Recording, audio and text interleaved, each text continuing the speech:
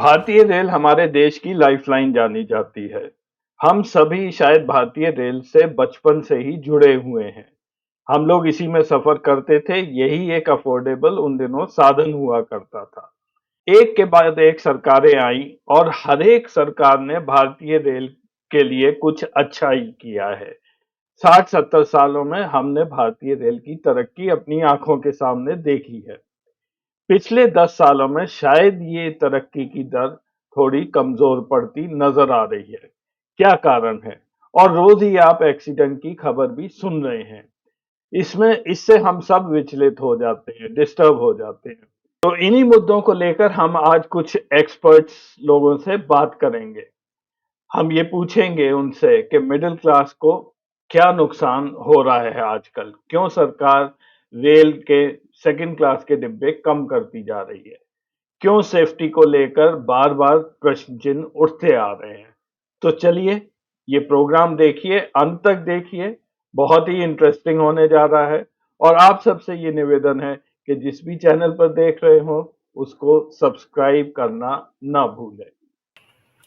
नमस्कार। ये हमारा एक स्पेशल एपिसोड है। इसलिए मैंने ये किया है क्योंकि आजकल रेल हमारी भारतीय रेल बहुत ज़्यादा चर्चा में है। एक तो एक्सीडेंट्स की वजह से, दूसरा बजट की वजह से और तीसरा एक लॉन्ग टर्म में जो भी चेंजेस रेलवे में आ रहे हैं धीरे-धीरे वो भी हम डिस्कस करना चाह रहे थे। तो इसके लिए जो पैनल है आप सब जानते हैं आनंद वर्धन जी मेरे साथ हैं रिपब्लिक इंडिया के फाउंडर एडिटर सब लोग आप इन्हें जानते हैं। ये हमारे क्लास फेलो भी है। फिर सुधांशु मनी से बेटर कोई पर्सन इस समय हो नहीं सकता है, ये बहुत डिमांड में है, इसलिए इनको पकड़ना बहुत मुश्किल था। बट थैंक यू सुधांशु, आपने वक्त निकाला और आपसे ही ज्यादा लंबी चौड़ी बात हम रेलवे पर आज करेंगे। तीसरा मेरे साथ है पंकज सेठी। ये आईआईटी कानपुर में हमारे साथ थे, वहां से इन्होंने बीटेक किया, फिर एमटेक बाहर से किया। ये कुछ उन लोगों में से हैं जो भारत वापस आ गए थे, ये अमेरिका में रहे नहीं। एमटेक करने के बाद मेरे ख्याल से विद इन फ्यू मंथ्स ये वापस आ गए और यहाँ आके इन्होंने सीएमसी ज्वाइन किया मेरे साथ। फिर एंटरप्रेन्योर हैं और इन्होंने रेलवेज के लिए बहुत काम किया है पिछले 30 साल में। आई थिंक जो पैसेंजर रिजर्वेशन सिस्टम की कम्युनिकेशन बैकबोन बनाने में इनका बहुत बड़ा हाथ है। तो मैंने सोचा इनको from a point of view from outside railway ये एक और पर्सपेक्टिव दे सकते हैं। तो आज का कार्यक्रम शुरू करते हैं। मैंने अभी पिछले हफ्ते एक एपिसोड किया था सुधांशु, जिसमें मैंने ये देखा था कि सेकंड क्लास की जो स्लीपर है वो रेलवे ने खत्म सा करते गए हैं और ये अननोटिस्ड गया था। हुआ इसलिए कि मैं कहीं जा रहा था, तब वो ट्रेन देखी, उसमें केवल 2 सेकंड स्लीपर दिखे और बाकी सारे 3 टायर थे। तो मैं आपको इस बारे में आपकी टिप्पणी चाहूँगा सुधांशु कि एक तो हमारा पैसेंजर ट्रैफिक पिछले 10 सालों में ये बढ़ा ही नहीं है, थोड़ा कम हो गया है। हालाँकि रेलवेज़ देती है कि 1.3% हमारी ग्रोथ रेट रही है, बट ये पिछले 20 सालों में है। जब से मोदी सरकार आई है, ट्रेन में लोग कम चल रहे हैं। हालाँकि फ्रेट ट्रैफिक बढ़ता गया है, उसकी मैं बात नहीं कर रहा हूँ। और सुधांशु, ये अगर आप देखेंगे तो पैसेंजर ट्रैफिक कम होने से रेवेन्यू कम नहीं हुआ है रेलवेज़ का। ये बढ़ता गया। धीरे-धीरे ही बढ़ा है, लेकिन ये बढ़ा है। और इसका जो खास वजह जो मेरे को रीजनिंग है, जो मैंने निकाला कि ये क्यों सेकंड क्लास के डिब्बे कम किए हैं और क्यों ये रेवेन्यू बढ़ा है, तो ये एक टेबल मेरे को मिला था। और इसमें अगर आप देखेंगे तो एसी फर्स्ट में चलाने में रेलवे को घाटा होता है, 2 टायर चलाने में घाटा होता है, एक एसी 3 टायर ही है जहाँ पे ये रेलवे को थोड़ा बहुत फायदा होता है। बाकी सब जगह ये मैसिव लॉस में है, खासकर स्लीपर क्लास में आप देखेंगे भयंकर लॉस होता है रेलवे को चलाने में। तो सुधांशु, इसका मतलब ये है कि हम सेकंड क्लास इसलिए खत्म कर रहे हैं कि वहां पे हमें लॉस हो रहा है और 3 टायर इसलिए बढ़ा रहे हैं कि उस पे हमें फायदा हो रहा है। बट कॉमन आदमी का क्या हो रहा है? यहाँ पे आप देख रहे हैं क्राउडिंग होती जा रही है, रिजर्वेशन मिलते नहीं है। तो from a common man's perspective railway का डायरेक्शन क्या है, ये मैं आपसे पूछना चाह रहा था। जी, तो देखिए एक आपने अननोटिस्ड कहा, बात आपकी सही है, कॉमन पब्लिक को हवा भी नहीं लगी और ये उनके लिए जो स्लीपर या जनरल क्लास है वो कम होते गए। बजट, ये सरकार जब से आई है आपने ध्यान दिया होगा कि पहले बजट के टाइम में एक बहुत बड़ी चीज होती थी नई ट्रेन का अनाउंसमेंट और नई ट्रेन शुरू की जाती थी। ये ट्रेडिशन इस सरकार ने खत्म कर दिया। अब पहले तो रेल बजट 2-3 साल चला, अब तो rail budget is a very small part of the budget. नई ट्रेन इंट्रोड्यूस करने का ट्रेडिशन खत्म हो गया क्योंकि passenger service as it is loss making है, तो इस सरकार की थिंकिंग ये रही होगी कि भाई ट्रेन और ना बढ़ाई जाए। तो ये इसका एक इम्पैक्ट तो ये स्ट्रेट अवे ये है, जो पैसेंजर ट्रैफिक अभी भी आपका प्री कोविड लेवल पे नहीं पहुंच पाया है। एक दूसरा देखिए रोड्स तो डेफिनेटली इंप्रूव किए हैं और इस सरकार ने और ज्यादा ही पैसा लगाया है, तो उसका भी इम्पैक्ट पड़ा है। बहुत सी डिस्टेंसेस, बहुत लॉन्ग डिस्टेंस अगर छोड़ दीजिए, पास की डिस्टेंसेस में भी ट्रैफिक पे इस पे इम्पैक्ट पड़ा है। तीसरा, कोविड के बाद से रेवेन्यू तो इसलिए बढ़ा कि आपने वही ट्रेन को स्पेशल दर्जा दे के आपने उसमें ज्यादा रेवेन्यू लिया। और जैसे एसी कोच बढ़े हैं, इसमें आपने खुद एक्सपीरियंस किया है और ये तो it's a proven fact now, उससे रेवेन्यू बढ़ा है। ये रेवेन्यू बढ़ने के यही रीजन है। वंदे भारत का भी फेयर ज्यादा है, हालांकि वंदे भारत अभी ट्रेन बहुत कम है, लेकिन फिर भी इन सब के इम्पैक्ट की वजह से रेवेन्यू बढ़ता गया। लेकिन जो कॉमन मैन के लिए आप स्लीपर या जनरल क्लास रखते थे वो कम होता गया और बहुत दिन तक तो वो चूंकि ट्रैवल कम कर रहे थे लोग कोविड के बाद, उसका इम्पैक्ट इतना सामने नहीं आया। अभी पिछले 1 साल से कम आप social media is flooded with images of people crowding AC coaches, unreserve passengers crowding AC coaches, क्योंकि उनको जाना है, डिब्बे है नहीं, तो ऐसी हालत में वो क्या करेंगे। और ये सिर्फ ईस्टर्न यूपी बिहार की फिनोमेना नहीं है, बहुत से migrant workers and others even more brainy jobs जो भी हैं, वो उसके भी लोग साउथ में बहुत काम करते हैं और साउथ से फिर नॉर्थ में ट्रैवल करते हैं। तो ये साउथ में भी ये फिनोमेना बहुत दिखा कि वो एसी कोचेस में नॉन रिजर्व पैसेंजर्स या सेकंड क्लास पैसेंजर्स ने क्राउडिंग की। ये हुआ फैक्ट। क्या करना चाहिए था अगर आप मेरी ओपिनियन पूछें तो देखिए, कॉमन आदमी को तो आप इग्नोर कर ही नहीं सकते। आप वो आपका मेजॉरिटी ट्रैवलर है और वो आपका देशवासी है, वो कैसे जाएगा ये तो आपको सोचना पड़ेगा। आपको पसंद नहीं है क्योंकि वो कम पैसे में आप उसको ले जा रहे हैं, ये अलग बात है। तो आप इन्होंने पहले तो ये अनाउंस किया कि भाई हम डेवलप्ड होने जा रहे हैं, हम सिर्फ एसी कोच बनाएंगे, विदाउट मच थिंकिंग कि कॉमन आदमी का क्या होगा। उस डिसीजन से मैं एग्री करता हूं क्योंकि मेरे हिसाब से सरकार जब रेलवे में इतना पैसा लगा रही है तो कॉमन आदमी भी, जो लालू प्रसाद यादव जी ने शुरू किया था गरीब रथ, उस तरह के एक विजन में कॉमन आदमी को भी आप एयर कंडीशन में ले जा सकते हैं। कैसे होगा ये आप पहले मन बनाइए, बाद में सोचा जा सकता है, because it will need more train, it will need longer train and you will have to reduce the fare further. AC3 का जो फेयर है उससे भी आपको कम करना पड़ेगा अगर ज्यादा से ज्यादा कॉमन मैन को आप एसी में ले जाना चाहते हैं। तो वो थिंकिंग तो कुछ आई नहीं और ये कॉमन आदमी के जो कोचेस हैं ये कम होते गए। फिर जब इतना हल्ला मचा तो सडनली इन्होंने एक नी जर्क रिएक्शन किया और अब ये कह रहे हैं कि हम एसी कोच बहुत कम बनाएंगे और हम नॉन एसी ही बनाएंगे। तो this shows total lack of any vision और पॉलिसी। कुछ ये सब रिएक्टिव है। मेरे हिसाब से ये भी गलत है क्योंकि देखिए एसी कोच अब जब आपने ज्यादा बनाई और अच्छे नंबर बढ़ाए तो जितने मैन्युफैक्चरर हैं सबने कैपेसिटी बिल्डअप कर ली और सबको बहुत रोजी पिक्चर दिखाई दी, आई नो पर्सनली नाउ। और सडनली अब ये हाल हो गया है कि they have to retrench people. Bunching तो छोड़िए, उनको निकालना पड़ रहा है क्योंकि आपने नंबर जो है 1/3 कर दिए। तो ये भी इंडस्ट्री के लिए बहुत बुरा है।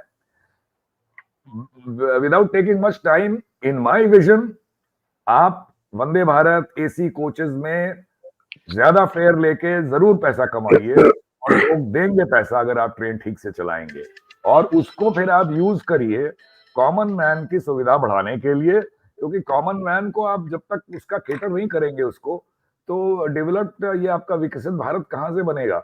विकसित भारत में का की छवि अगर 2047 में जैसे आज सेकंड क्लास पैसेंजर को आप ले जाते हैं, वो देखिए तो वो विकसित भारत तो कहीं दूर दूर से नहीं नजर आएगा, वो तो वही रहेगा भेड़िया दसान वाला भारत।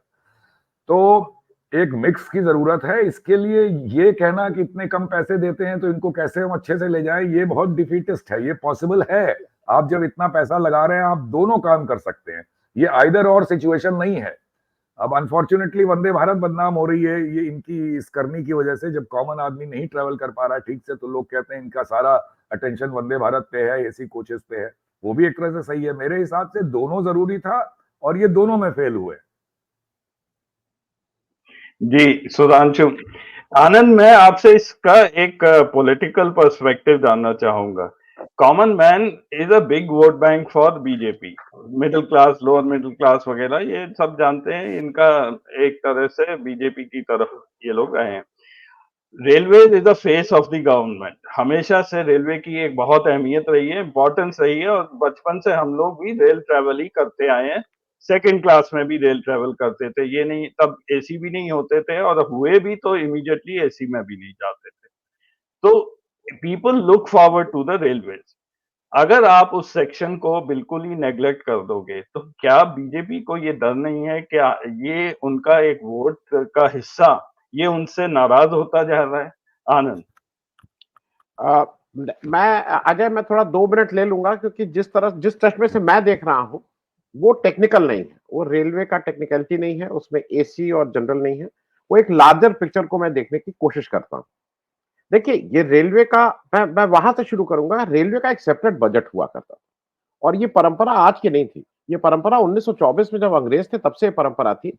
92 साल, 92 ईयर्स दिस वेंट ऑन। और उसका मूल कारण ये था कि रेलवे भारत की इकोनॉमी और इंडिया की जीडीपी का एक एक बड़ा हिस्सा उससे आता था।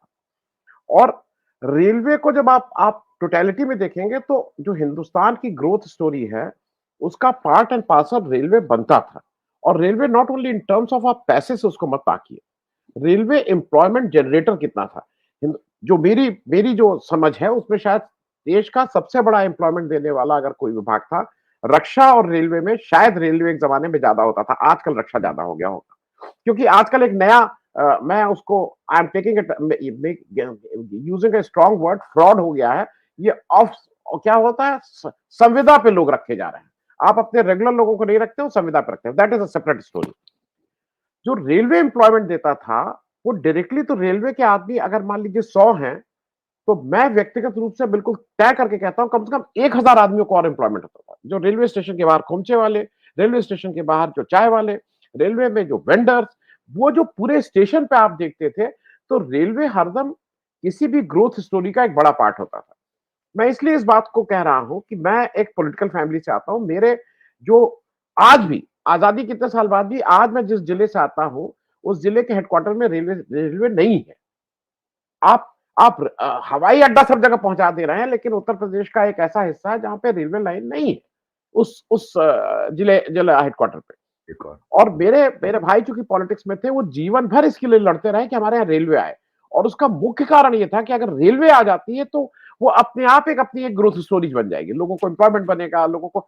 और वो उसको थोड़ा मेजर करना मेरे ख्याल में बहुत आसान नहीं होता है। अब जब आप, पहला एस्पेक्ट तो यह है कि आपने रेलवे को, और उसको किस लिए डाला, शायद ये आज चर्चा ठीक नहीं रहेगी, क्योंकि आपने उसको, जब पैसा आपने वहां देना शुरू किया तो पहले रेलवे का बजट आता था, तो हम लोग जब बचपन में थे तो अपना एक ही इंटरेस्ट था, कौन सी नई ट्रेन चली। और जब बड़े होकर नौकरी करने लगे और भले ही अपनी तनख्वाह 1,500-2,000 होती थी, तब होता था कि कितना इनकम टैक्स रिबेट बना, अपने को उससे कुछ फर्क नहीं पड़ता था। लेकिन that was the overall budget we used to look forward. एक ध्यान और रखिएगा, इस देश में रेल मंत्री जो होता था वो इस देश का भारी भरकम पॉलिटिकल आदमी होता था। He has a political weight. और जब पॉलिटिकल वेट मैंने इन टर्म्स ऑफ, नहीं, उसकी एक connect with the local people था। वो क्यों बनाए जाते थे भारी भरकम? मैं 10-12 नाम आपको इसलिए दे दूं क्योंकि दर्शकों को रेफरेंस पॉइंट समझ में आ जाए। इस देश में जॉन मथाई, लाल बहादुर शास्त्री, जगजीवन राम, स्वर्ण सिंह, एस.के. पाटिल, टी.ए. पाई, एल.एन. मिश्रा, कमलापत त्रिपाठी, मधु दंडवते, गणिकांत गोसावी, बंसीलाल, माधवराव सिंधिया, जॉर्ज फर्नांडिस, जफर शरीफ, रामविलास पासवान, नीतीश कुमार, ममता बनर्जी, लालू, खड़गे, सुरेश प्रभु, ये लोग इस रेल मंत्री बनते थे। और इसलिए बनते थे, इसमें से ज्यादातर प्राइम मिनिस्टर उसमें रेस में रहते थे, कुछ चीफ मिनिस्टर बनते थे, देवर हैवी वेट, और उनको पल्स पता थी कि आम आदमी की जरूरत क्या है। अगर इस देश में कोई ये कहता है कि आम आदमी को हम चप्पल पहनने वाले को हवाई जहाज में बिठाएंगे, तो वो शायद यथार्थ से दूर है, उसका कनेक्ट नहीं है, उसको नहीं समझ में आता है कि रेल में कौन चलता है।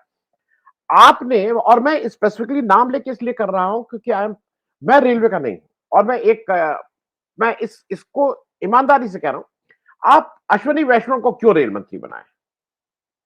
If his managerial skill is the criteria, तो रेलवे के सीआरबी को पुराने कई सीआरबी हैं, बहुत से सीआरबी हैं, कॉम्पिटेंट होंगे आपकी नजर में, आप उनको बनाइए। व्हाट क्या मुझे ये नहीं समझ में आता है what Ashwini Vaishnaw has that extra. आप अगर पॉलिटिकल से शिफ्ट हो रहे हैं, मैं समझता हूं इकोनॉमी आज जहां पे खड़ी है वहां पे मेरे हिसाब से कोई बहुत स्पेशलिस्ट होना चाहिए। आपको कहीं लगता है इस देश का जो भी नेतृत्व है उसको अगर ये लगता है कि इसमें भाई एक बहुत स्पेशलिस्ट आदमी हमें चाहिए, ये नेता से काम नहीं चलेगा, तो why not a old CRB. और एक चीज ध्यान रखिएगा, ये फंक्शंस अलग अलग है। मेरी समझ में हो सकता है रेलवे के लोगों को और सुधांशु को इससे ना agree, I don't know. Sreedharan was the most successful railway man as far as we are concerned. हमें नहीं मालूम वो क्या करते थे क्या नहीं करते थे, क्योंकि बाद में कंट्रोवर्सी भी आ गई थी जब वो मेट्रो बना रहे थे कि वो कहते थे ऑडिट नहीं होगा, ये नहीं होगा, वो अलग बात। श्रीधरन जी जब पॉलिटिकल उसमें आए तो जमानत जब्त हो गई थी। तो मैनेजर होना और विभाग चलाना, ये दो अलग अलग चीजें हैं। मैं इसको इसलिए कह रहा हूं क्योंकि अगर आपका इंफ्रास्ट्रक्चर, एक मैं आखिरी बात कह के खत्म करूंगा। सुधांशु इज सिटिंग है, आप किसी भी निष्पक्ष रेलवे वाले से पूछ लीजिए जिसके ऊपर अभी बहुत सी और चीजें नहीं आई। रीसेंट टाइम्स में जो हम लोगों का टाइम है, हमारे पिताजी का पिछले 20-25 साल का था, वो सक्सेसफुल रेलवे मंत्री लालू प्रसाद यादव हुए, और जिसको हम सब लोग जनरली एक जोकर के रूप में और बहुत ही अनसीरियस और बहुत ही अनकूथ और बहुत ही भ्रष्टाचारी के रूप में देखते हैं। But as far as the railway is concern, जिस आदमी ने सबसे ज्यादा प्रोडक्टिविटी रेलवे को दी, जिसने रेलवे को समझा और रेलवे को समझ के आम आदमी को भी दिया और रेलवे को भी दिया। रेलवे में अगर चोरी होती थी ओवरलोडिंग की वैगन में, तो उसने कहा जब चोरी होती है तो इसको ओवर, मैं बहुत सी चीजें नहीं। तो what I am trying to say, आपको रेलवे को लीड करने के लिए पॉलिटिकल आदमी चाहिए, मैनेजर से लीड नहीं होगा। तो फर्स्ट राउंड में मैं इतना ही कह रहा हूं, नेक्स्ट में अगर कुछ होगा तो और करूंगा। अजय जी जी, मैं अब पंकज से फर्स्ट राउंड में, पंकज क्योंकि प्योर टेक्निकल है और रेलवेज के साथ बहुत इन्होंने काम किया है। तो पंकज, आजकल एक जो खबर आ रही है वो एक्सीडेंट्स को लेकर है। अब ये मैं इसमें नहीं जाऊंगा कि यूपीए टाइम कितने हुए और इसमें कितने हुए, एक्सीडेंट्स हो रहे हैं। हो सकता है पिछले 10 साल में कम हुए हों, जब आप कंपेयर करें यूपीए के, ये आजकल ये डेटा घूम रहा है, but that doesn't mean anything. मतलब एक एक्सीडेंट इज अ एक्सीडेंट। हम लोगों का response to the accident plus एक ओवरव्यू कि ये आपके उसमें रेलवे की कॉम्पिटेंस इसको हैंडल करने के लिए, क्योंकि आप देख चुके हैं इन लोगों को, is railway really handling this accidents the way they should? इसमें आपका क्या विचार है पंकज? Thank you Ajay. जैसा कि सुधांशु जी ने कहा, रेलवे हमारी लाइफलाइन है। आनंद भी ये कह रहे थे कि बचपन से हम लोग देखते आए हैं। तो एक्सीडेंट्स के बारे में क्योंकि हमारी लाइफलाइन है और क्योंकि हम लोगों का ऑलमोस्ट सभी का कुछ ना कुछ यादें जुड़ी हुई हैं रेलवे से, या हम इस्तेमाल करते हैं रेलवे को, चाहे वो लोकल ट्रेन हो बॉम्बे में, दिल्ली में, हैदराबाद में, या लॉन्ग डिस्टेंस ट्रेन हो। एक्सीडेंट्स एक ऐसी चीज है जो हमें इमीडिएटली अफेक्ट करती है, मेंटली, साइकोलॉजिकली, और कंसर्न दिमाग में उठता है नेचुरली। मेरा करीब 40 साल का जो तजुर्बा है रेलवे के साथ डील करने में, as an entrepreneur and supplier of communication equipment for various applications in railways, वो ये है कि रेलवे इज मेरे हिसाब से एक ऐसी ऑर्गेनाइजेशन है, one of the few organisations in this country which has very technically competent people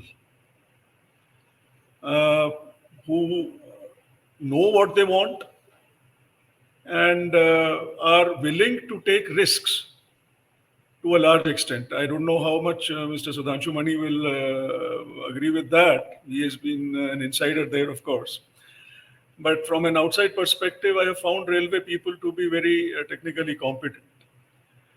जहाँ तक एक्सीडेंट्स की बात है, ये नहीं है ऑब्वियसली कि एक्सीडेंट्स के ऊपर कोई तवज्जो नहीं दी गई है, तवज्जो दी गई है, टेक्नोलॉजीज आई हैं, सॉल्यूशंस आए हैं। Just to give an example, अगर 2001 में देखें तो एक स्टैटिस्टिक होती है इनकी कि कितने एक्सीडेंट हुए पर मिलियन ट्रेन किलोमीटर्स।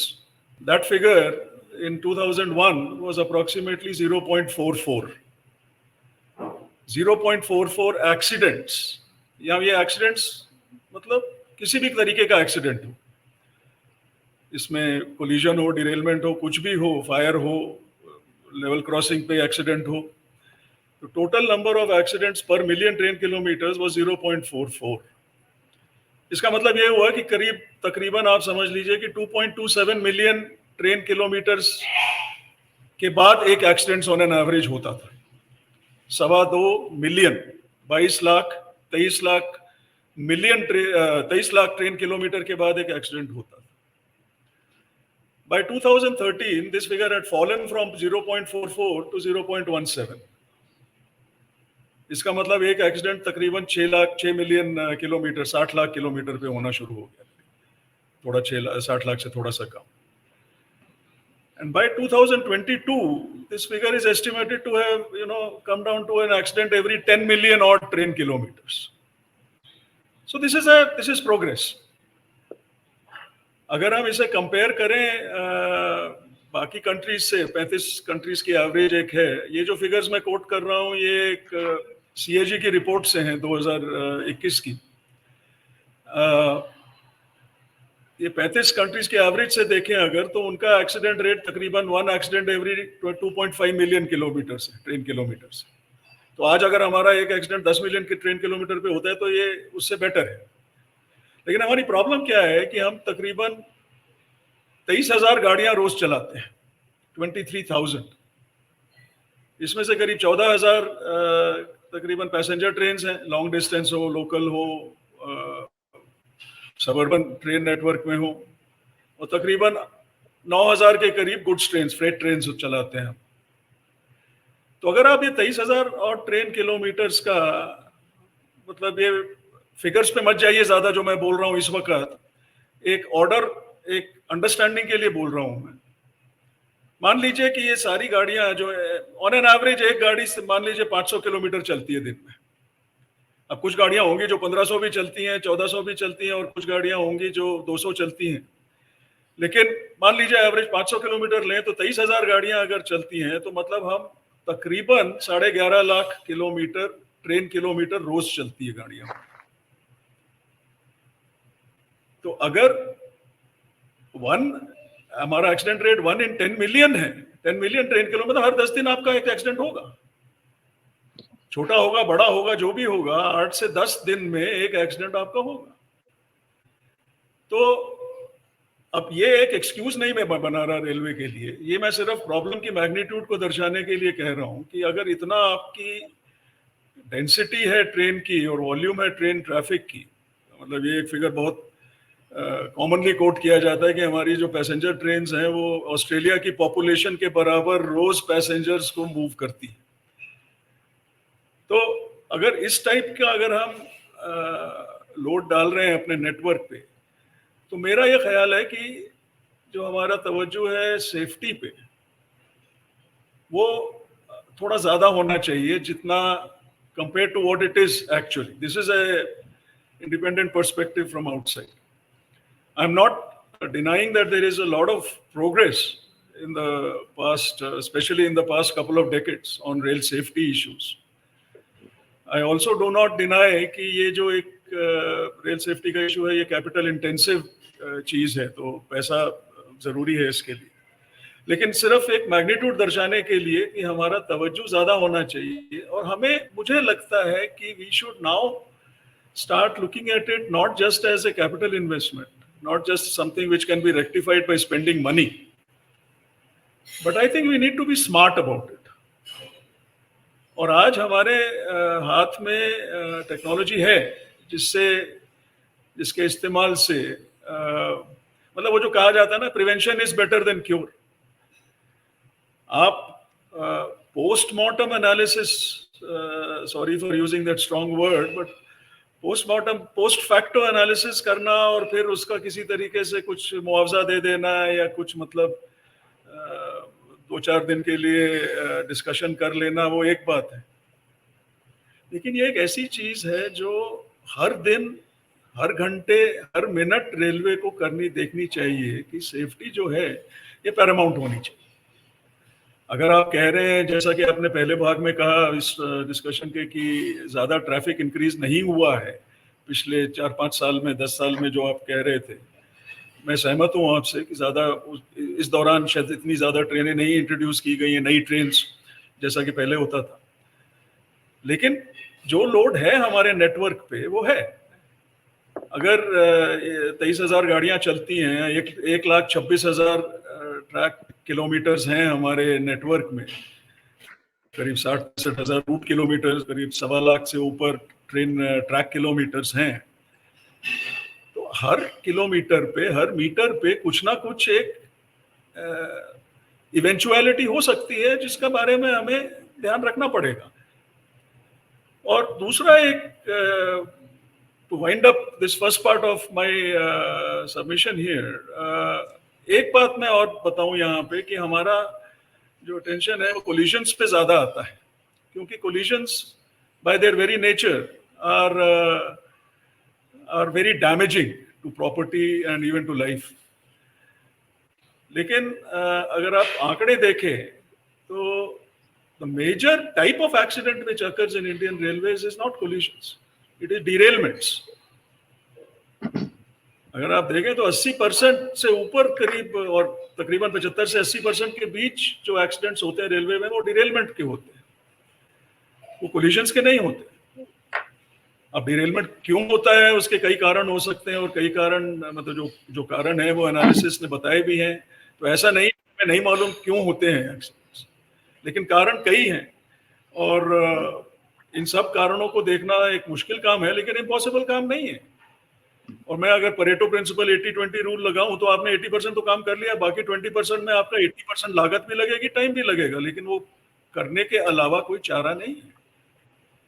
तो आगे अगले भाग में और डिस्कस करेंगे इस बारे में। बट जहाँ तक मुझे पहले भाग में कहना है कि हाँ, सेफ्टी इंप्रूव हुई है, कई गुना इंप्रूव हुई है, लेकिन इससे सिर्फ हमें एक सीख लेनी चाहिए कि हमें ये कॉन्स्टेंटली मॉनिटर करनी है सेफ्टी, और कॉन्स्टेंटली इंप्रूव करने की कोशिश करनी है। अजय जी, अब मैं सुधांशु आपको यही डिस्कशन आगे ले जाएंगे सेफ्टी का।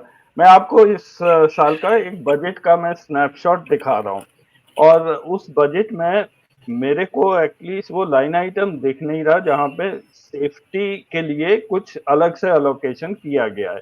काफी ज्यादा कैपिटल एक्सपेंडिचर अप्रूव किया है बजट में। तो ये टोटल बजट फॉर रेलवे 24-25 का 2,78,500 करोड़ है, जिसमें से ये पिछले साल से, अगर मैंने ये डेटा ठीक लिया है, तो जो रिवाइज बजट था लास्ट ईयर का उससे कुल 20 करोड़ ज्यादा है।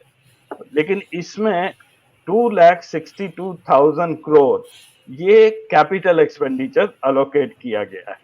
और ये बजट हेड्स हैं सुधांशु, इसमें अगर आप देखेंगे तो इसमें एज सच सेफ्टी का अलोकेशन कहीं नहीं है। और काफी चीजें जैसे अदर इलेक्ट्रिकल वर्क्स में आ गया है, 144% इंक्रीज है, न्यू लाइन्स 22% इंक्रीज है, रोलिंग स्टॉक में कम एलोकेशन हुआ है। तो सुधांशु जी, मेरा क्वेश्चन ये था कि सेफ्टी पर ये किस हेड में पैसा लग रहा है, और दूसरा आपने कहा रोलिंग स्टॉक बढ़ाया जा रहा है, उसका अलोकेशन तो कम हुआ है, तो वहां पे भी वैगन उतनी तो नहीं बनेंगी जितनी लास्ट ईयर बनी थी। तो वो ओवर जो लोडिंग हो रही है या पैसेंजर क्रैम्पिंग हो रही है, वो तो शायद कंटिन्यू करेगी। सुधांशु, दो तीन छोटी छोटी चीजें हैं। ये रोलिंग स्टॉक, ये 1 साल का आपने दिखाया, रोलिंग स्टॉक का अगर आप आउटले देखें ओवर द लास्ट 3-4 इयर्स, तो ये बढ़ रहा है। ये इस साल शायद 58,000 करोड़ है। अच्छा, अब इसमें देखिए सेफ्टी थोड़ा, the way it is term is used, it is a little ambiguous. अगर आप ट्रैक रिन्यूअल कर रहे हैं तो ट्रैक रिन्यूअल एक हेड है जरूर, लेकिन it would help safety also. Similarly अगर आप सिग्नलिंग हेड में पैसे लगा रहे हैं और कवच को आपने वहां दिखाया हुआ है, तो वो दैट्स ऑल्सो सेफ्टी वर्क। अभी मिनिस्टर ने अनाउंस कर दिया कि हमने 1 लाख करोड़ जो है वो शायद over, I don't no period क्या दिया है उन्होंने, पूरे का दिया है, सेफ्टी में लगा दिया। ये भी एक एम्बिग्युइटी है। तो मैं इसमें ज्यादा नहीं जाऊंगा, मैं ये कहूंगा कि आपके पास, unlike earlier, the government is committed to give you massive funds and all from the budget. अब बोरोइंग्स भी नहीं है। आप देखिए 262 लाख, 2.62 में 2.52 is GBS and EBR, extra budgetary resource, केवल 10,000 करोड़ है इस साल। क्योंकि वो इंटरेस्ट बर्डन भी बढ़ रहा है, इनको समझ में आ गया कि ये बढ़ाते जाएंगे तो वो इट विल रिविजिट अस। बात यह है कि whether credit to this government और नॉट, पैसे की कोई प्रॉब्लम नहीं है, प्रॉब्लम है एग्जीक्यूशन। और आप अगर एग्जीक्यूट करने का सामर्थ्य नहीं रख रहे हैं तो आपका पैसा अलॉट करना या नहीं करना बेकार है। अब एग्जाम्पल देखिए, पहले तो जो सेठी साहब बात कर रहे थे, डेटा उनका एकदम सही है, बट पॉइंट ये है कि ये तो कंटिन्यूअस इंप्रूवमेंट है। कहीं पे आप, अजय जी आपने भी कहा था कि ब्रिटिश टाइम से कंपेयर कर लीजिए, तो ये कोई कंपैरिजन का एक मीनिंगलेस है, क्योंकि टेक्नोलॉजी आती जा रही है, नई नई चीजें आ रही हैं, आप पैसे लगाते जा रहे हैं, तो सेफ्टी तो इंप्रूव करनी है।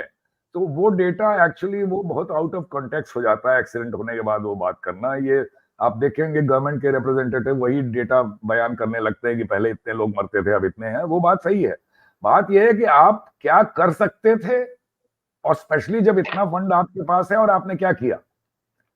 तो इतना मैसिव इन्वेस्टमेंट के बाद आपका अपना डिक्लेरेशन है 3 साल पहले कि हम कवच सिस्टम लगाएंगे। इंपोर्ट और ईटीसीएस लेवल 2 कहते हैं, इंपोर्ट और कवच के बीच में एक बैटल चल रही थी बहुत दिन से, कुछ लोग इंपोर्ट चाहते थे, कुछ। अब वो सरकार ने फैसला लिया, तो हम तो ये मानेंगे कि जब सरकार ने फैसला लिया, इसका मतलब सरकार को कवच की इफेक्टिवनेस में पूरा कॉन्फिडेंस है। हम इसमें नहीं जाएंगे कि है कि नहीं, रिलायबल है कि नहीं, कितना सेफ है, सो ऑन। तो जब आपने ये फैसला ले लिया, तो आप पिछले 3 साल में 1 किलोमीटर नहीं ऐड कर पाए। आप 1400 पे थे और 1400 पे पड़े हैं। आप ठीक है, कवच लगाना इज थोड़ा डिफिकल्ट काम है, बिकॉज हर स्टेशन पे जाके आपको टावर लगानी है, कंट्रैक्चुअल प्रॉब्लम्स हैं। लेकिन क्या प्रोग्रेस ये होगी कि आपने 0 ऐड किया 3 साल में, जबकि एक्सीडेंट्स हो रहे थे। एक चीज और सेठी साहब की बात पे क्लैरिफाई कर दूं कि ये बात सही है कि डिरेलमेंट ज्यादा होते हैं, लेकिन डेथ जो है वो कोलिजन में ज्यादा होती है। जो सीरियसनेस है एक्सीडेंट की वो कोलिजन में ज्यादा आती है। आप देखिए जितने ये मैसिव एक्सीडेंट्स हुए जिसमें बहुत जाने गई हैं, वो ज्यादातर कोलिजन ही मिलेंगे आपको। तो ये कवच की इंपॉर्टेंस पैरामाउंट है, और आपने खुद कहा है कि हम यही लगाएंगे, तो आपकी प्रोग्रेस इतनी स्लो क्यों है? अब मैंने 2 सक्सेसिव सीईओज का बयान पढ़ा कि प्रोग्रेस नहीं हो पा रही है बिकॉज इंडस्ट्री में कैपेसिटी नहीं है। ये बहुत ही डिफीटिस्ट स्टेटमेंट है। इंडस्ट्री की कैपेसिटी आपको बिल्डअप करनी है, आप कॉन्फिडेंस दोगे, आप एश्योरेंस दोगे, आप कहोगे कि हाँ भाई लगाओ पैसा, 10 साल तक ऑर्डर मिलेगा, ये आपका काम है। वो आपने किया नहीं और इंडस्ट्री को ब्लेम कर रहे हैं। तो ये कवच का तो बहुत बड़ा फेलियर है। अच्छा, जो सेफ्टी इंप्रूवमेंट हुआ है वो किसी गवर्नमेंट से उसको रिलेट करना ठीक नहीं है। ये ओवर द इयर्स आपने ट्रैक में इंप्रूवमेंट किए, आपने लेवल क्रॉसिंग अनमैन्ड पूरी 0 कर दी। ये काम बहुत पहले से चल रहा था, कोई इस सरकार ने किया हो ऐसा नहीं। इन्होंने पैसा इनका ज्यादा है तो उन्होंने थोड़ा और स्पीड में कर दिया, तो 30-40% एक्सीडेंट विथ फैटिलिटीज तो वहीं कम हो गए, और ट्रैक में भी इंप्रूवमेंट हुआ है। अब एलएचबी कोचेस का इंडक्शन आपने बढ़ाया, चलिए क्रेडिट उसका आपको दिया जा सकता है, उसकी वजह से कोलिजन में भी डेथ बहुत कम होती है। अभी और डिरेलमेंट में भी। अब ये जो एक्सीडेंट हुआ आपका झारखंड में, अगर यहाँ आईसीएफ कोच होती तो इसमें बहुत फेटेलिटीज हो जाती, इसमें सिर्फ 2 की मृत्यु हुई है। ये एक कंटिन्यूअस इंप्रूवमेंट है, तो उसमें जाना गलत है। हमें ये देखना है कि इतना पैसा मिलने के बावजूद आप ऐसे काम जिनसे एक्सीडेंट प्रिवेंट हो सके वो कितना कर पा रहे हैं। तो कवच एक एग्जाम्पल था, एक और एग्जाम्पल मैं आपको दूंगा। देखिए कंचनजंगा एक्सीडेंट ने ये हमें दिखाया कि उससे पहले 100 से ज्यादा नियर मिसेज हो चुके थे, हर ड्राइवर अपने हिसाब से जा रहा था और कोई भी उनमें से एक्सीडेंट में हो सकता था कन्वर्ट। अब आपके लिए मैनुअली पॉसिबल नहीं है ये सब पूरा एनालाइज करना। पोस्टमार्टम आप करते हैं सिर्फ जब एक्सीडेंट हो जाता है। आपके पास हर स्टेशन पे डेटा लॉगर है, आपके पास हर ट्रेन में माइक्रो प्रोसेसर है विद इट्स ओन मेमोरी जो कि एक सर्वर पे लैंड करता है। आप ये डेटा रोज कोलेक्ट करिए, 1 साल लगाइए, बढ़िया एआई की कंपनी पकड़िए, आपको सारे नियर मिसेज वो दिखाए। नियर मिसेज में बेकार के अलर्ट से कोई फायदा नहीं होता, फिर वो न्यूसेंस हो जाता है। Every near miss should be upgraded, the information should be given right to the top, और उसके ऊपर आप काम करिए तो देखिए सेफ्टी कल्चर अपने आप आएगा। काउंसलिंग, ट्रेनिंग, ये सब ठीक है, ये तो हमेशा से हम लोग सुनते आ रहे हैं जब से नौकरी में आए और जब से निकले। तो आप इस मॉडर्न टूल का इस्तेमाल करिए। ये पिछले जब से ये एक्सीडेंट शुरू हुए हर बार ये मैं बोलता हूं, मुझे कोई पॉजिटिव एक्शन अभी तक नहीं दिखा कि आपने आर्टिफिशियल इंटेलिजेंस यूज करके एक मीनिंगफुल अलर्ट जनरेट करने का कोई काम किया क्या। Kanchenjunga is an eye opener. मैंने आपको जैसा बताया कि वो बेचारा जो प्रोटोकॉल फॉलो कर रहा था उसको पीछे से आके चोट लग गई, बाकी जितने ड्राइवर थे अपने हिसाब से जा रहे थे और वो सब it was under the carpet. सबको मालूम है कि सेफ्टी वायलेट करते हुए जा रहे हैं, कुछ नहीं हो रहा है। अगर आप एआई को यूज करते तो ये बहुत बढ़िया आपको अलर्ट मिलता और आप लोग एक सेफ्टी कल्चर इसमें डेफिनेटली आएगा। ये 2 चीज मैं बोलूंगा, और बहुत से काम तो है, ट्रैक में काम होना चाहिए। पैसे की कोई कमी नहीं है, इतना हम लोग के टाइम में तो fund was a big problem. अब ये इन्होंने इतना जब पैसा अलॉट कर ही दिया है तो उसके बाद सेफ्टी में इंप्रूवमेंट तो बिल्कुल होना चाहिए। और आपका जो पहले पार्ट में था, जो फाइनेंशियल कंडीशन है रेलवेज की, ये भी एक अलग मुद्दा है, हालांकि सेफ्टी से रिलेटेड नहीं है, कि आप जब इतना पैसा लगा रहे हैं तो इसका रिटर्न कब तक इंतजार करेंगे।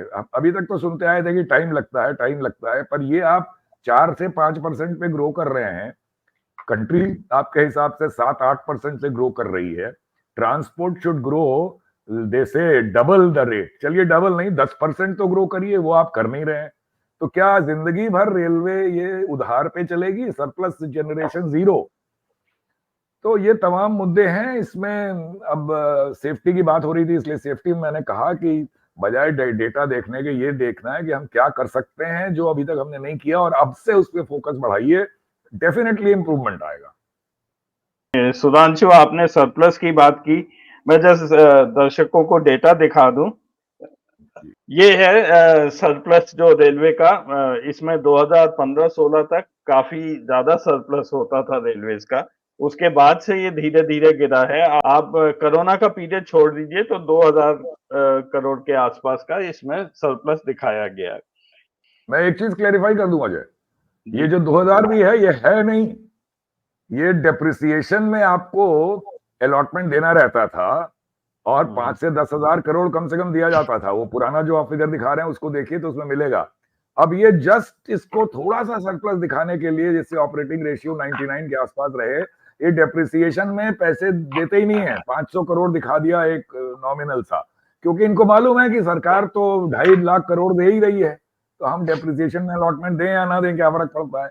तो ये सरप्लस भी है नहीं, एक्चुअली लॉस है। ये एक मैन्युफैक्चर्ड सरप्लस आपको दिखाई दे रहा है जी। तो ये सीरियस कंसर्न है। ये रेलवे, या तो ये मान लें कि रेलवे जो है ऐसे ही चलेगी, सरकार देती जाएगी और रेलवे खर्च करती जाएगी, रिटर्न नहीं आना इस पे। जी, मैं ये कवच को लेकर मैं पंकज के पास आऊंगा लास्ट में। ये थोड़ा बहुत कवच प्रोजेक्ट से इन्वॉल्व हैं तो थोड़ी सा खबर ये भी आपको बताएंगे। उससे पहले आनंद, मैं एक आपसे टिप्पणी चाहता हूं, जो एक आजकल काफी बात चल रही है कि इंडियन रेलवेज भी एयर इंडिया की तरह होने जा रही है। सारे इंडिकेशन वैसे ही हैं, कैपिटल इंटेंसिव है, रिटर्न आ नहीं रहा है, पैसेंजर ट्रैफिक ड्विंडलिंग है। तो धीरे धीरे क्या सरकार अब प्राइवेटाइजेशन की तरफ जाएगी इसका बहाना लेके कि रेलवे तो लॉस में जा रही है, कुछ हो नहीं रहा है, हमारा पैसा खर्च रहा है। तो क्या अब हम धीरे-धीरे प्राइवेट ट्रेन, और हम जानते हैं वो प्राइवेट ट्रेन कौन चलाने वाला है? वही 2 लोग हैं जो इसको कल A1 A2 बोला गया था। तो अब हम A1 एक्सप्रेस और A2 एक्सप्रेस क्या आएँगी बैकडोर से, और धीरे-धीरे कॉमन मैन बिल्कुल ही, मतलब वो अब बस से जाए, स्कूटर से जाए, जैसे मर्ज़ी जाए, railways will become unreachable for it. Anand. नहीं, अजय, मैं दो चीजें, क्योंकि मैं एक एक दो चीजों पे मैं भी बताना, जो मेरी समझ है उस तरह से मैं उसको देखना चाहूंगा, लेकिन उसके पहले मैं बेसिक पे बात कर लूं। As someone who is not a specialist, हमें समझ में आता है एम्यूनिटीज, एक्सपेंशन और सेफ्टी, ये तीन मोटे भाग होते हैं जिसमें रेलवे या कोई भी प्रोजेक्ट काम करता है। एम्यूनिटीज में जो आता है तो एक स्पीड है कि भाई अब वो बुलेट ट्रेन चलेगी कि आंख झपकते ही आप यहां से वहां पहुंच जाएंगे, आप जब तक आंख झपकाएंगे तब तक कहीं पहुंच जाएंगे, कुछ इस तरह की। एक क्वालिटी ऑफ ट्रेवल है जो सुधांशु जिसमें बहुत एम्फेसाइज करते हैं। उनका कहना है कि भाई इस देश में क्यों नहीं एक आम आदमी को ये मिलना चाहिए, क्यों नहीं इस कॉस्ट पे मिलना चाहिए, क्वालिटी ऑफ ट्रेवल है। क्वालिटी ऑफ ट्रेवल में कितना इंप्रूवमेंट हुआ है इस पर मैं कुछ नहीं बोलूंगा, क्योंकि वो रोज सुबह से शाम तक आपने भी कोई स्लाइड अभी लगाएंगे तो उसमें दिख जाएगा। एक्सपेंशन और सेफ्टी, अगर आप आज कार लेने जाते हैं तो आज एक हम मोटे तौर पे कह रहे हैं, हम कार इस देश का 1% से कम ही आदमी कार, जिन कारों की बात हम कर रहे हैं, मारुति की बात, तो पहले आप क्या, सीट बेल्ट, अब आप देखते हैं कि कितने एयरबैग्स, वो 2 हैं कि 4 हैं कि 6 हैं कि इधर से भी बचाते हैं। Safety is the prime concern. अगर आप उसकी ट्रेन नहीं है तब ये है। देखिए स्टैटिस्टिक्स में मैं थोड़ा मैं माफी के साथ Pankaj ji, statistics is something आप मुझे दे दीजिए और खड़ा कर दीजिए कि इधर की बात को वो करना है, मैं उधर की बात को प्रूव कर दूं। स्टैटिस्टिक्स इज कैनॉट बी वो। हिंदुस्तान के 140 करोड़ से जब आप भाग देंगे ना, तो दुनिया के सारे उसके साथ वो परसेंटेज में वो कुछ और आएगा। आप नंबर्स नहीं बोलते। बेईमानी क्या होती है, या तो परसेंटेज पे चलो या नंबर्स पे चलो। रेलवे का बजट बढ़ा, परसेंटेज में बात नहीं हो, एक्सीडेंट इतने परसेंट हुए, नंबर्स पे बात नहीं हो। खैर मैं उस पर नहीं जा रहा हूं क्योंकि statistics is not the true reflection. मैं बिल्कुल इस पे क्लियर हूं। मैं एक दो चीजें, बेसिक चीजें आपसे, जरा मैं बहुत बेसिक्स की बातें कर रहा हूं। ये जो विभाग था रेलवे, इसका नाम था ministry of transport and railway. Madhavrao Scindia इसके पहले रेल मंत्री बने जब ये अलग किया गया। अब आप मुझे मंत्रालय में, अगर आप स्टेट गवर्नमेंट में देख लीजिए, तो सबसे बड़ा मंत्रालय जो माना जाता है उत्तर प्रदेश में, तो उसके लिए मतलब सरकार आने जाने पे लगी हुई है, वो है पीडब्ल्यूडी और इरिगेशन। हमारे आपके जो दोस्त मित्र के पिताजी भी पीडब्ल्यूडी और इरिगेशन में जिसके काम करते थे, वो आप देखते थे वो कार में आते थे, उनकी लाइफस्टाइल दूसरी। और क्यों है? क्योंकि वहां कैपिटल एक्सपेंसेस ज्यादा है। कोई भी आदमी छोटे मोटे में नहीं जाना चाहता है। बेसिक शिक्षा में कौन जाएगा? जो सबसे रद्दी मंत्री होता है उसको बेसिक शिक्षा में शंट कर दिया जाता है, और जो सबसे ताकतवर है वो पीडब्ल्यूडी में जाता है। चीजें स्पष्ट है। अब जो मैं कहना चाह रहा हूं, जब आप मिनिस्ट्री ऑफ ट्रांसपोर्ट और रेलवे को आपने अलग इसलिए किया क्योंकि आपकी लॉजिक है, मैं गवर्नमेंट ऑफ इंडिया की बात कर रहा हूं, मैं किसी पार्टी की, कि भाई ये बहुत स्पेशलाइज्ड है, इसमें बहुत टाइम लगता है, इसको बिल्कुल ठीक से देखना पड़ता है। बहुत अच्छी बात है, it is a very specialised thing, you need a very someone who has a full time thing.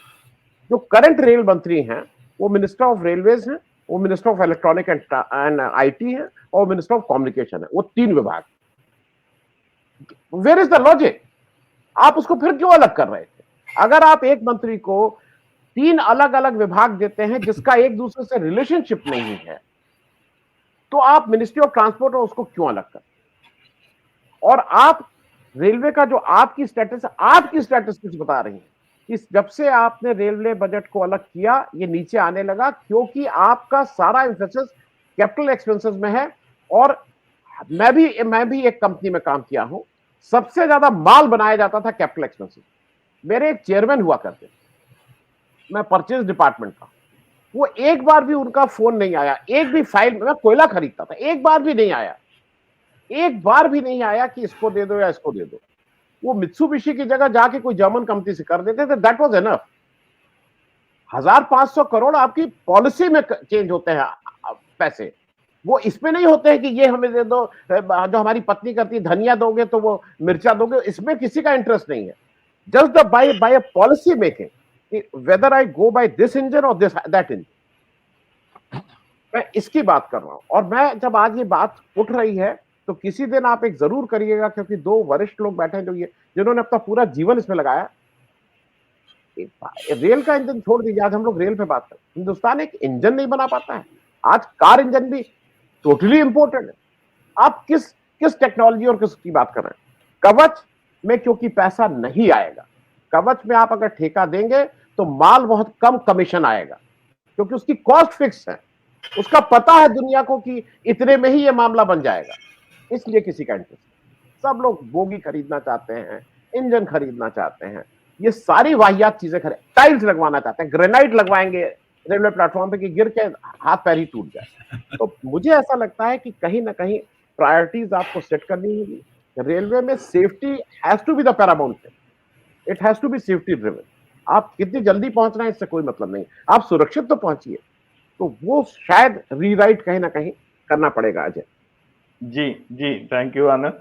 तो लास्ट सेक्शन में मैं पंकज के पास आता हूँ। पंकज, आपका एक्सपीरियंस अभी तक कवच पर, और बेसिक क्वेश्चन ये है कि कवच जल्दी क्यों नहीं इम्प्लीमेंट हो रहा है? आनंद ने एक उसका एस्पेक्ट का जिक्र किया है जो फाइनेंशियल है, but technology point of view से क्या चैलेंजेस हैं और क्यों नहीं ये आगे बढ़ रहा है? पंकज।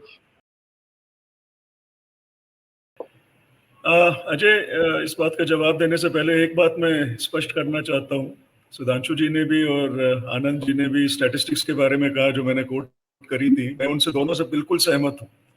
मेरा मकसद स्टैटिस्टिक्स कोट करने का सिर्फ इतना था कि जो प्रोग्रेस हुई है वो है अपनी जगह, लेकिन अब जो करना है उसके ऊपर हमारा फोकस होना चाहिए। तो अगर सरकारी आंकड़े और सरकारी वक्ता जो होते हैं, स्पोक्स पर्सन होते हैं, वो अगर उसी टाइप की स्टैटिस्टिक्स देते हैं जैसी मैंने दी, तो मेरा मतलब सिर्फ उनसे अलग ये है कि ये तो सब हो गया, नया क्या करना है, आगे क्या करना है, टेक्नोलॉजी को कैसे यूज करना है। सुधांशु जी ने एक इस बारे में बिल्कुल सही बात करी थी, आर्टिफिशियल इंटेलिजेंस के बारे में। मैं कवच पे आता हूँ 1 मिनट में। कंचनजंगा एक्सप्रेस का था झारखंड में जो अभी एक्सीडेंट हुआ, वो एक है डिरेलमेंट वाला, लेकिन मैं उससे थोड़ा पहले पिछले साल जाना चाहता हूँ बालासोर वाले एक्सीडेंट पे, कोरोमंडल एक्सप्रेस वाले एक्सीडेंट पे। कोरोमंडल एक्सप्रेस का जो एक्सीडेंट था वो एक, अगर आप देखें तो मतलब एक थ्रिलर टाइप की स्क्रिप्ट का नतीजा था। उसमें पहले मैं ये कह दूं कि मुझे नहीं लगता कि कवच उस एक्सीडेंट को प्रिवेंट करता, अगर होता भी वहां पे कवच इम्प्लीमेंटेड। उसमें हुआ ये था कि बहानागा बाजार जिस स्टेशन पे एक्सीडेंट हुआ बालासोर डिस्ट्रिक्ट में, उसमें एक लूप लाइन थी और 2 मेन लाइन थी। तो दोनों साइड लूप लाइन थी और बीच में मेन लाइन थी। तो अब ये एक्सप्रेस गाड़ी आ रही थी हावड़ा से चेन्नई वाली कोरमंडल, इसको ऑब्वियसली मेन लाइन पे जाना था, उसको रुकना नहीं था वहाँ। अब हुआ ये कि वहाँ पे जो पॉइंट होता है, पॉइंट एक ऐसी चीज होती है जो ट्रैक को स्विच करता है, गाड़ी एक ट्रैक से दूसरी ट्रैक पे स्विच होती है पॉइंट ऑपरेट होने से। तो वो पॉइंट जो सेट था वो लूप लाइन के लिए सेट था, मेन लाइन से जो गाड़ी आ रही थी। लेकिन जो डिस्प्ले था स्टेशन मास्टर के रूम में, उसमें ये दिखा रहा था वो पॉइंट कि वो मेन लाइन के लिए सेट है। तो एक्चुअल पोजीशन ये थी कि मेन लाइन वो switch to the loop line, और लूप लाइन पे एक मालगाड़ी ऑलरेडी खड़ी हुई थी जो आयरन ओर से लदी हुई थी। और कोरोमंडल एक्सप्रेस को ग्रीन सिग्नल दिखा ड्राइवर पायलट को, उसको लगा कि वो सीधे जा रहा है, मेन में ग्रीन सिग्नल है उसको, लेकिन क्योंकि पॉइंट लूप लाइन पे सेट था, गाड़ी लूप लाइन पे स्विच हो गई और जाके भिड़ गई जो मालगाड़ी खड़ी। भिड़ी तो इस स्पीड पे 128 की स्पीड पे थी वो उस वक्त। काफी कोचेस डीरेल हो गए, आधी गाड़ी लूप लाइन पे ऑलरेडी आ गई थी, आधी गाड़ी मेन लाइन पे ही थी। कुछ कोचेस जो डीरेल हुए मेन लाइन वाले, वो साथ वाली जो अपलाइन थी उसके ऊपर गिर गए, और उस अपलाइन के ऊपर एक और गाड़ी हावड़ा की तरफ जा रही थी उसी वक्त। उसके 3-4 कोचेस अभी बाकी थे जो क्लियर नहीं हुए थे कोरोमंडल एक्सप्रेस की लेंथ से। तो क्योंकि ये 3-4 डिब्बे उसके ऊपर गिरे तो वो भी डिरेल हो गई, उसके भी कुछ कोचेस डिरेल हुए। तो you had a derailment, you had a collision, you had all sorts of things in this accident. Now the reason why the point was switched but it was not displaying the correct status was very funny. It was due to a problem which had actually happened 5 years earlier. 5 साल पहले देखिए, जब point switch होता है तो वो point switch हुआ या नहीं हुआ उसका स्टेटस वापस दिखाने के लिए रिलेज होते हैं। अब वो रिले जो उस पॉइंट का स्टेटस दर्शा रहा था वो फाइनली आके स्टेशन मास्टर के रूम में पैनल के ऊपर डिस्प्ले होता है। 5 साल पहले किसी वायरिंग के चक्कर में एक बहानागा बाजार स्टेशन एंट्री से पहले एक लेवल क्रॉसिंग थी। जैसे कि पॉइंट्स का स्टेटस रिफ्लेक्ट होता है वैसे लेवल क्रॉसिंग गेट्स का स्टेटस भी रिफ्लेक्ट होता है स्टेशन। तो जब ये वायरिंग 5 साल पहले ऐसा कुछ हुआ कि एलसी गेट की वायरिंग चल रही थी, कुछ रिपेयर वर्क चल रहा था, तो जो स्टेटस रिले से जो तारें आ रही थी पॉइंट से वो एलसी गेट के स्टेटस के साथ मिला दी गई एक जंक्शन बॉक्स में, जहां से सब तारें फिर फाइनली स्टेशन मास्टर के पास आती है रिले रूम के थ्रू स्टेटस आता। और ये जो हादसा हुआ, जो ये इंसिडेंट हुआ, ये तारे मिलाने का, ये 5 साल पहले हुआ था। और जैसा कि सुधांशु जी ने कहा कि ये कंचनजंगा एक्सप्रेस के बाद आई ओपनर होना चाहिए, वही आई ओपनर तब जब उस एक्सीडेंट हुआ था, बालासोर एक्सीडेंट के बाद, तब ये पता चला कि ये बहुत कॉमन प्रॉब्लम है। ऐसा आप बाकी जोन्स का तो छोड़िए, बालासोर डिवीजन में ही पहले रिपोर्ट हो चुका है, साउथ ईस्टर्न रेलवे में ही पहले रिपोर्ट हो चुकी है इस टाइप की प्रॉब्लम्स। एक्शन क्या हुआ उसके ऊपर? 0। अच्छा, अगर आपके पास स्टेटस गलत आ रहा है तो स्टेशन मास्टर को लग रहा है कि सब कुछ ठीक है, उसने कुछ अपना इंटरवीन नहीं किया, गाड़ी को जाने दिया और गाड़ी चढ़ गई दूसरी गाड़ी। अब आता हूं मैं जो बात सुधांशु जी ने की डेटा लॉगर की। अगर डेटा लॉगर सिस्टम है, और सब जगह है डेटा लॉगर सिस्टम का, मैं जिनको जानकारी नहीं है मैं उनको बता दूं कि ये एक sort of black box system है जैसा एयरक्राफ्ट में होता है, जो हर चीज को मॉनिटर करता रहता है स्टेशन पे, एलसी गेट का स्टेटस, सिग्नल का स्टेटस, पॉइंट का स्टेटस, वेरियस थिंग्स का स्टेटस, और कन्वे करता है डिविजनल हेडक्वार्टर्स को, जहां पे एक पैनल होता है, और एक तो स्टोर होता रहता है वहां पे सर्वर पे, और दूसरा पैनल पे डिस्प्ले भी होता है। अब इस केस में क्या हुआ कि पॉइंट जब इस तरीके से जब गड़बड़ होती है, पॉइंट जब भी कोई स्टेशन मास्टर पॉइंट सेट करता है, मूव करता है main line to loop line या loop line to main line, तो पॉइंट क्योंकि मैकेनिकली मूव करता है, तकरीबन 15-20 सेकंड लगते हैं उसको ऑपरेट होने। तो रिले का जो स्टेटस है कि हाँ पॉइंट अब नई जगह पे आ गया है, वो करीब 15-20 सेकंड बाद आना चाहिए। जबकि इस स्टेशन पे वो जैसे ही स्टेशन मास्टर ने पॉइंट सेट किया मेन लाइन के लिए, वो इमीडिएटली स्टेटस आ रहा था, और ये 5 दिन से आ रहा था। अब ये 5 दिन से आ रहा था तो डेटा लॉगर पकड़ के इसको डीआरएम डिविजनल हेडक्वार्टर्स में डेटा जाता है ये सब। अब अगर आर्टिफिशियल इंटेलिजेंस का इस प्रयोग किया जाता है इस पे, अब क्योंकि जैसे मैंने कहा कि ये पोस्टमार्टम पे के लिए यूज होता है, प्रिवेंशन के लिए नहीं यूज होता। अगर आर्टिफिशियल इंटेलिजेंस रहती वहां पे और ये डिटेक्ट कर लेती यहाँ कुछ गड़बड़ है, तो वो फ्लैग रेस कर देती कि ये 15 सेकंड के बजाय इमीडिएटली कैसे स्टेटस दिखा रहा है। That means there is something wrong. It is wired to something else which is driving that signal, and it is coming active. Now, why Kavach would not have worked here is because of the complex nature here. Kavach is designed to prevent accidents which are detected by the overall Kavach network, where 2 trains are detected to be on a collision course. And then the Kavach system sets in motion a series of steps, where first the loco pilots are warned, then if still nothing happens, then automatically and remotely the brakes are applied and the speed is brought to 15 kmph. And then if even then the trains remain on collision course, the trains are stopped remotely. Moving again to the latest accident of Kanchenjunga, as Mr. Sudhanshu said, the Kanchenjunga pilot paid for his following the procedure which is laid out, and the other guys are not following it. Now, what is this? Why suddenly other people are not following it? Now, this section where the accident happened is what is called an auto signaling section. It's not a block signaling section. पुराने जमाने में क्या होता था, block signals होते थे कि एक ट्रेन एक स्टेशन छोड़ती थी तो अगले स्टेशन पे जब तक पहुंच नहीं जाती कोई और गाड़ी उस ट्रैक पे नहीं छोड़ी जाती थी. This is called a block. The entire section was blocked for the train movement. Now we are having a situation where our track network has remained more or less static at about 120, 25, 130,000 kilometers. अब demand बढ़ती जा रही है, गाड़ियां चलाओ, speed बढ़ाओ, वंदे भारत लगाओ. तो अगर एक 8-10 किलोमीटर का जो सेक्शन है, जो टिपिकली एक स्टेशन से दूसरे स्टेशन के बीच का डिस्टेंस रेलवेज में, इंडियन रेलवे में करीब 8-10 किलोमीटर, 12 किलोमीटर का होता है, कि अगर एक ही ट्रेन उस सेक्शन पे हो सकती है, क्या कोई तरीका है कि हम एक के बजाय 2 या 3 या 4 ट्रेन उस सेक्शन पे डाल दें? तो उसके लिए ऑटो सिग्नलिंग आएगी. उसमें क्या होता है कि 8-10 किलोमीटर के सेक्शन को 1-1 किलोमीटर के सेक्शन में ब्रेक कर दिया जाता है, और जहां ये 1 किलोमीटर का सेक्शन फ्री हुआ वहां दूसरी ट्रेन छोड़ी जा सकती है. अब ये एक auto signalling sections are relatively new, 2-3 साल से आने शुरू हुए हैं, करीब 3-4 हजार किलोमीटर में ऑलरेडी इंप्लीमेंटेड है.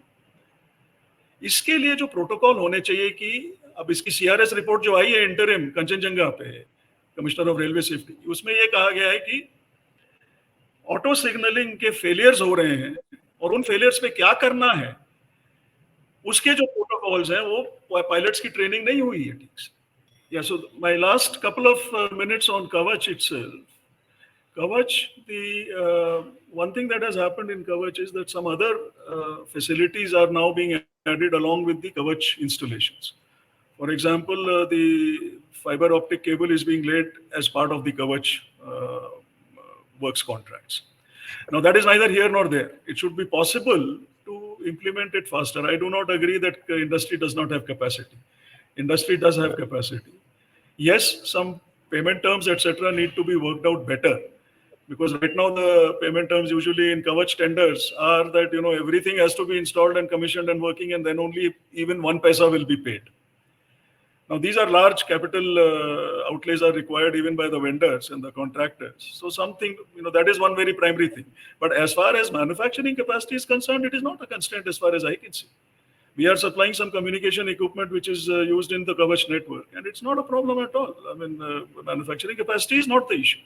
Installation could be, money could be, but these are all things which are solvable if you sit across the table.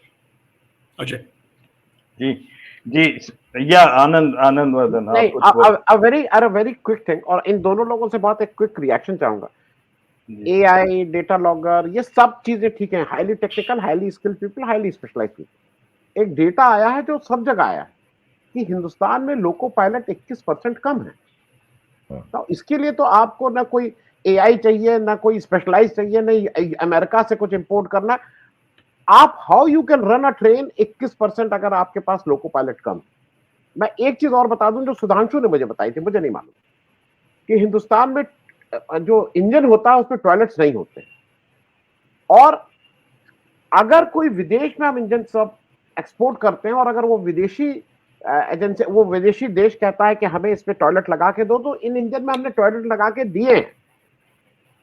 तो मैं इस पे अगर एक लाइन का आप लोगों का रिएक्शन, क्योंकि ये सब ठीक है, AI जब तक आता रहे, लोको पायलट्स पे आप कैसे कॉम्प्रोमाइज कर सकते हैं, मैं जरा इस पे समझना चाहता हूं.